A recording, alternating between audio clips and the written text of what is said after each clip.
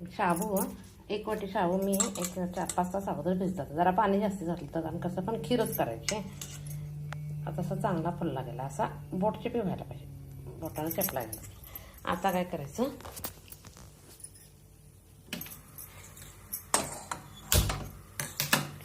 एक वाटी पाणी उकळायला टाकायचं, एक पेला. त्याला चांगली उकळी येऊ दे. ह्याला उकळी आल्यानंतर आपण हे घालायचं, शाबू घालूया. पाणी उकळायला ठेवलंय तोपर्यंत वेलदोडे सोलून घेते. पाणी चांगलं उकळून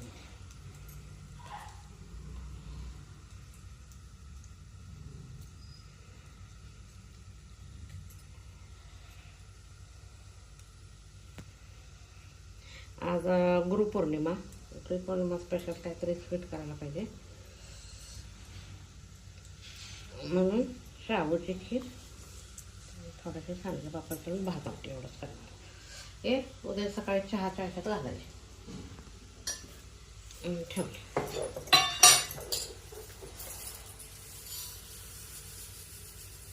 साखर एवढी बाजार, मला काही जास्त साखर लागत नाही.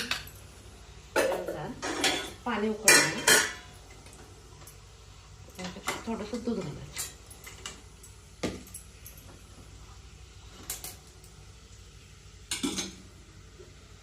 आता थोडं घालायचं, नंतर मग क्रीम सकट घालायचं. दूध पण माझं कडक कर, त्यामुळे आता शाबू घालायला काही हरकत नाही. आता शाबू,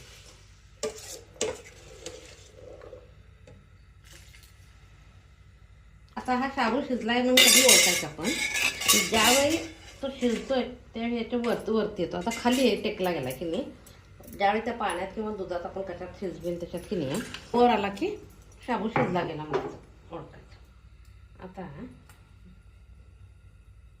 पहिल्यांदा हे करते, वेलदोड्याची पूड करते.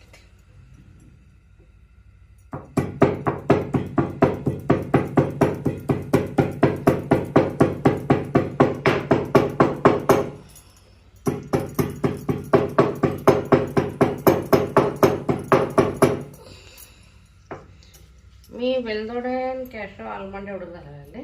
कोणाला ड्राय ग्रेप्स पाहिजे असेल तर घालायचे, मी वापरत नाही जास्त. आमच्या घरी आंबट म्हणतात, मग ते दुसऱ्याची टिकायला पण हे होत नाही, म्हणून मी घालत नाही.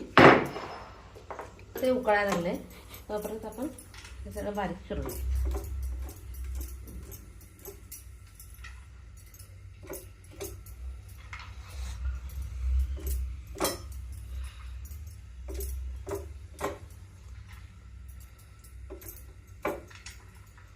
जेवढा ड्रायफ्रूट जास्त घालतो तेवढी टेस्ट चांगली. माझा शाबू शिजायला आहे, तर कसा शिजेल तसा वर येतो.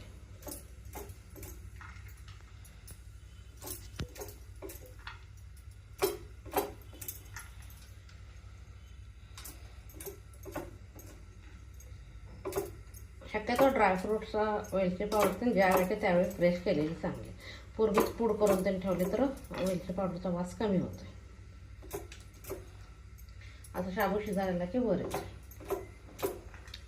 आता हे दुधाचं भांडं खाली ठेवते आणि तूप घालून येते.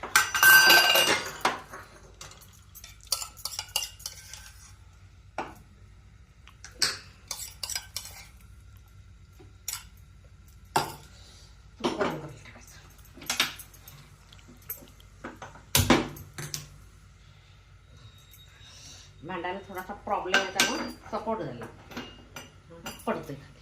हां, असा शाबू फुलायला पाहिजे. शाबू वर आला म्हटलं की खीर शिजायला लागली. शिजली, जवळजवळ 90% शिजली. आता ह्याच्यात साखर घालून द्यायची. केशर असेल तर केशरच्या आपण 4 काड्या घालायच्या. आमच्या घरी केशर आवडत नाही, त्यामुळे मी आणत होतो, म्हणजे कलर चेंज होतो, दुसरं काय. आता ह्याच्यात मी वेलदोड्याची पूड घालायची. जायफळ असेल तर जायफळ पण किसून घातलं चालते.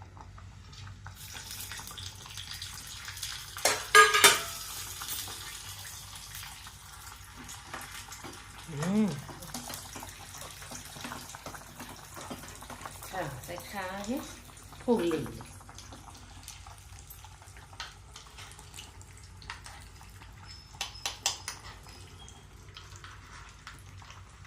असं काय करायचं,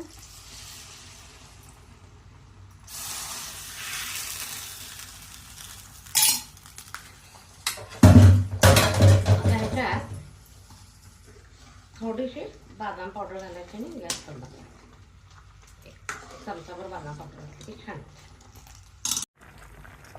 आता ते चांगले शिजलेली. काय करायचं, ह्याच्यात थोडासा बदाम पावडर घालायचं. चांगली टेस्ट येते. हे एक जण काय करतात, साखर अगोदर दुसऱ्या एका भांड्यात गरम करून त्याचा कलर चेंज करून घालतात. मला काय आवडत नाही म्हणून त्या प्रकारे केलं. इकडे खीर तयार झाली, इकडे कुकरला भात तयार झाला. फक्त भात झाला का थोडासा सार करणं, भात झाला. थोडंसं सार करायचं टमाटा आणि गॅस बंद. शाबू भिजला असलं चांगला ते शिजायला काय वेळ लागत नाही. माझी रेसिपी आवडतात लाईक शेअर सबस्क्राईब करा. त्याचे पापड नाचणी आरोग्यासाठी चांगली आहे.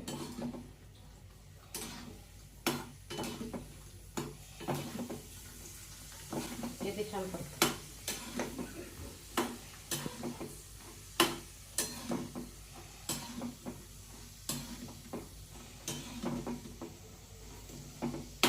फक्त काय जरा बघायला लागतं, लहान मुलांना नाचणी पोटात जाणं आवश्यक आहे. नाचणी थोडेसे तांदूळ,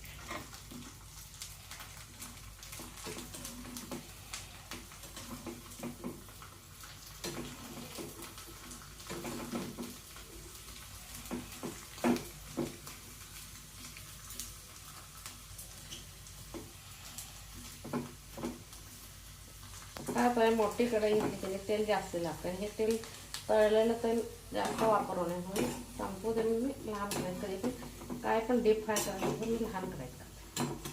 कमी तेलात होऊन आणि ऑलरेडी तेल कमी वापरतो. पण काहीतरी स्वीट पदार्थ तेल केला की किंवा कधीतरी तेलकट करताना लहान कढई वापरतो.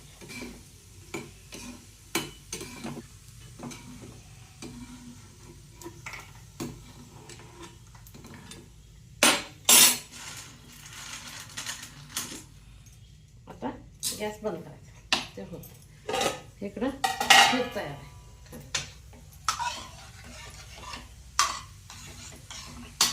गुरुपौर्णिमा स्पेशल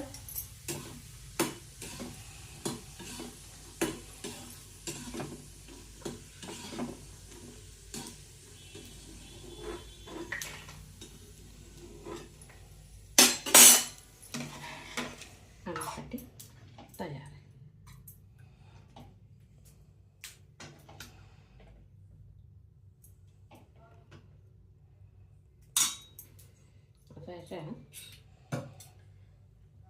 थोडंसं तूप घालायचं. ऑलरेडी घातलेलं आहे.